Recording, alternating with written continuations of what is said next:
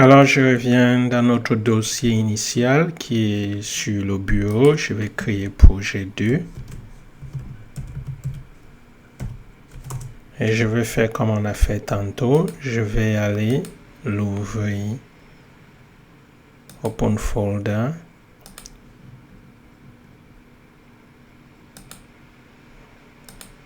Je vais ouvrir projet 2. Et tout de suite, je vais créer index. Donnez le nom qui vous plaît, mais la convention c'est index HTML. Et je vais me servir de emmet pour créer et je vais dire projet 2. Je vais le sauvegarder et je viens ici. Juste, bon, je vais cliquer là. Ça va générer une autre page qui est projet 2. Et je peux commencer à travailler ici. Alors, qu'est-ce que nous voulons faire dans le projet 2? Nous voulons voir le concept de variable. Une variable, c'est simplement comme un contenant où vous pouvez mettre des choses. Donc, c'est une boîte dans laquelle vous pouvez mettre soit des chiffres, soit du texte, ainsi de suite. Donc, nous allons essentiellement voir comment on déclare des variables et comment on donne une valeur à une variable. Et ces variables, ça peut être, nous allons commencer par voir les chiffres et nous allons voir du texte et nous allons voir comment même faire des calculs comme calculer la température, faire des conversions de Fahrenheit à degrés Celsius, ainsi de suite, à l'aide des variables. Donc, sans plus tarder, allons-y, commençons par créer script, tabulation, et mettre nos aides là. Et ici, je vais déclarer une variable. Donc, on commence toujours avec var. Vers la fin de ce cours de fondements de JavaScript, nous allons voir d'autres approches. On peut utiliser let, on peut utiliser const. Mais nous allons essayer d'être systématique en utilisant seulement var pour un bon bout de temps. Alors, j'utilise var et je lui donne un nom. Par exemple, je peux dire nom ou name. OK? Ça, c'est une déclaration. Je ne lui ai pas donné une valeur. Et maintenant, je peux dire name. Je peux utiliser name et lui assigner une valeur. C'est Bob Marley. Et comme je l'ai dit, une bonne habitude, c'est toujours fermer avec un point-virgule. Maintenant, je vais l'afficher à l'aide d'alert. Donc, je vais simplement dire name et nous allons sauvegarder. Je vais relancer cette page et vous voyez, ça m'affiche Bob Marley. OK. Ce qui est intéressant avec les variables, c'est qu'une fois que vous l'avez déclaré, vous pouvez l'utiliser comme boîte pour contenir ces textes, mais je peux aussi l'utiliser comme boîte pour contenir ce même variable. Je peux l'utiliser comme boîte pour contenir 1, 2, 3, 4, 5. Ça, c'est un chiffre. Et maintenant, quand je dis alert, nous allons voir ce qui va se passer. Premier alert, en principe, devrait nous donner Bob Marley et second alert nous donne quelque chose d'autre. Donc, je sauvegarde et je lance. Nous avons Bob Marley. Quand je dis OK, c'est le chiffre qui vient. Donc, dans cette même boîte, nous pouvons avoir plusieurs choses. Une fois que c'est déclaré, n'essayez pas de déclarer deux fois, ça risque de vous donner une erreur. Donc, une fois que vous l'avez déclaré, utilisez-le simplement. Ce que je vais souvent faire, quand je vais passer à autre chose, c'est de commenter ce que j'ai déjà fait. Par exemple, je sélectionne tout ça et j'utilise CTRL barre oblique et ça commente. Donc, ça met ceci automatiquement. Si vous ne savez pas comment le faire, saisissez tout simplement ça. Ça, vous ouvrez ceci et vous avez votre point d'exclamation, blablabla, et vous fermez ici. Vous ouvrez, vous fermez là, et là, ce n'est plus actif. Ça veut dire que Chrome ne va pas lire. Quand ça arrive, ça voit ça, ça va sauter jusqu'ici. Et alors là, nous pouvons venir ici, faire autre chose. Donc ici, je vais commencer une fois de plus avec script. Alors ici, nous voulons essayer quelques calculs. Alors je déclare une variable, je lui donne le nom de valeur 1 et tout de suite, je lui donne une valeur, par exemple 10. Et sur la même ligne, vous pouvez déclarer deux variables. Ici, je donne valeur 2 et je lui donne une valeur tout de suite. Je lui donne une valeur de 15 et je ferme tout. Maintenant, je descends ici. Je désire avoir une autre variable, une troisième variable. J'aurais pu aussi le mettre sur la même ligne. En tout cas, mettons-le sur la même ligne et je vais donner le nom comme answer. Donc, la réponse. Et je ne lui donne aucune valeur. Je ne l'assigne aucune valeur. Alors, on va venir ici. Tout de suite, on va dire answer. Answer. La valeur de answer sera valeur 1 divisé par valeur 2. Donc, c'est ça. Ça va essayer de faire ces calculs pour nous. Et nous allons demander à Alert de nous afficher la valeur de answer.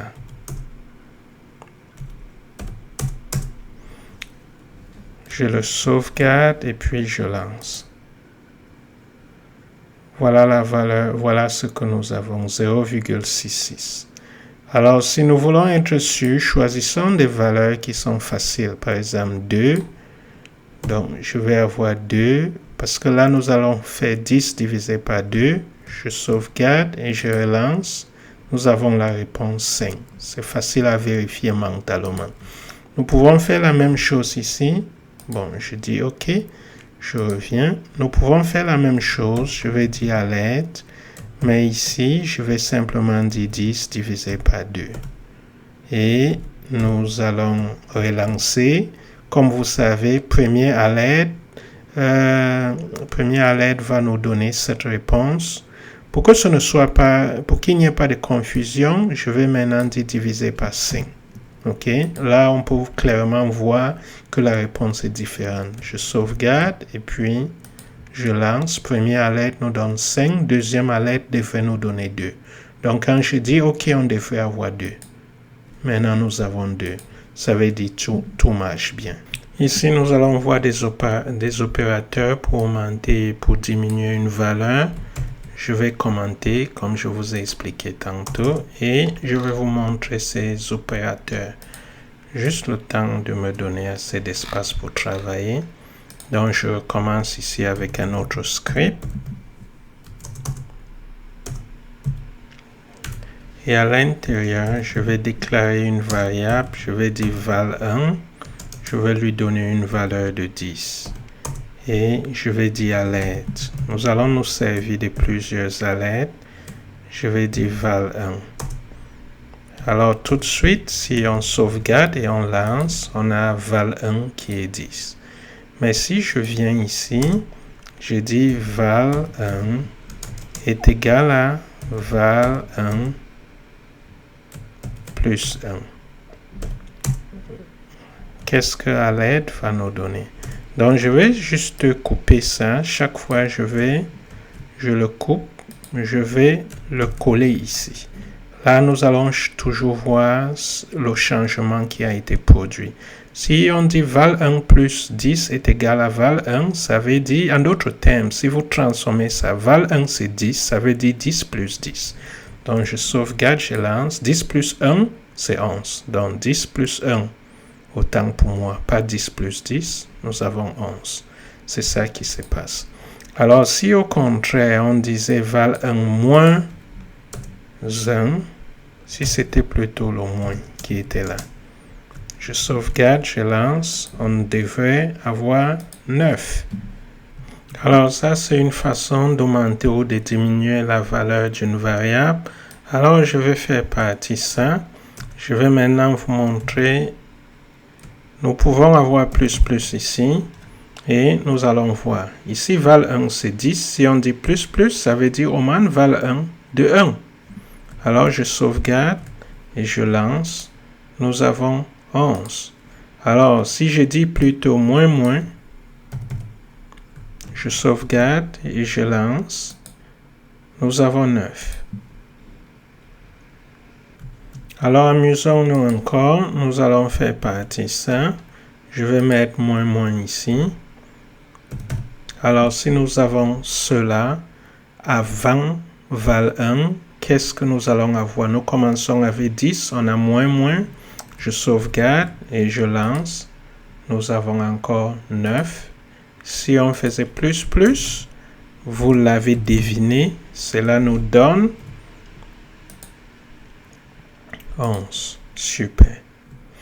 Alors, je vais continuer. Je vais commenter ça avec CTRL / et je vais continuer ici avec script. Maintenant, qu'est-ce que nous voulons faire? Je vais d'abord commencer par donner un commentaire. Donc, à l'intérieur de votre élément script, si vous voulez commenter votre code, utilisez /. Mais quand ça va passer, quand l'interpréteur, quand l'interprète va passer, ça va comprendre que c'est un commentaire et ça va le laisser. À quoi sert le commentaire? Ça vous permet de comprendre ce que votre code est en train de faire. Alors, si peut-être dans un mois, vous revenez, vous allez comprendre quel était le raisonnement derrière votre code. Donc, dans ce code que nous voulons écrire, nous voulons voir comment demander à JavaScript de convertir de degrés Celsius à degrés Fahrenheit. Donc, par exemple, l'équation, ok? Donc, l'équation, c'est quoi? Donc, cette équation, si vous voulez avoir la température en degrés Celsius, vous allez aller chercher le degré Fahrenheit, vous appliquez cette formule, ça va vous donner le degré Celsius. Alors, juste que j'augmente un peu la taille de ces équations pour que vous puissiez voir ce que je suis en train de manigancer à l'intérieur de mon éditeur de texte. Je vais tout de suite commencer. Je vais dire variable. Je vais déclarer ma variable. Ça sera Fahrenheit. Donc, je vais simplement utiliser Fa pour degré Fahrenheit. Et j'ai envie d'aller chercher. Alors, pour aller chercher cela, en d'autres termes, pour permettre à l'éditeur ou à l'utilisateur de pouvoir entrer la valeur de la température, vous pouvez utiliser la fonction prompt. Ok? La fonction prompt, c'est un peu comme la fonction alert. Alert vous permet de publier cela, mais prompt vous permet d'aller chercher la valeur. Alors ici, nous allons dire entrer la température. Ok, nous voulons que la personne puisse entrer la température et ici nous allons mettre virgule. Par exemple, il peut dire 70. Si Fahrenheit, si c'est 70, nous pouvons faire cela. Et maintenant, pour pouvoir calculer en Celsius, nous allons également déclarer la variable et nous allons lui donner le nom de cells. Ok, donnez le nom qui vous plaît. Nous allons maintenant utiliser la formule que nous avons ici. Donc, 5 divisé par 9. Et nous allons dire multiplier par, nous allons ouvrir la parenthèse. F qui est Fahrenheit. Ici, nous lui donnons le nom de Fa, F-A-H. Et nous allons dire moins 32. Ok. Étant donné que nous voulons voir quel résultat cela va donner, nous allons utiliser alert pour afficher cells à l'écran. Donc, quand nous allons sauvegarder et lancer, ça va nous demander d'entrer la température. Nous allons l'entrer. entrer un chiffre comme cela et puis ça va faire le calcul, puis ça va afficher le résultat. Donc je sauvegarde avec CTRL-S, je lance et ici nous avons entré la température. Vous voyez les 70, c'est ce qu'on a mis là. Une fois qu'on va commencer à saisir, ça va disparaître. Donc je vais dire la température c'est 80, je dis OK et ça me donne 32,22. Si on veut, on peut d'ailleurs dire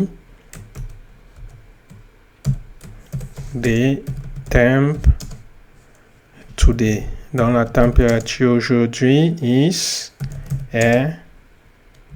ici, je vais dire plus et ça va me donner ce que ça doit donner. Donc on peut recommencer. Donc je sauvegarde ce que je viens de faire là. Je vais maintenant dire 100 Fahrenheit et ça va me dire the temp today est bla bla bla bla bla. Voilà ce qu'on vient de faire.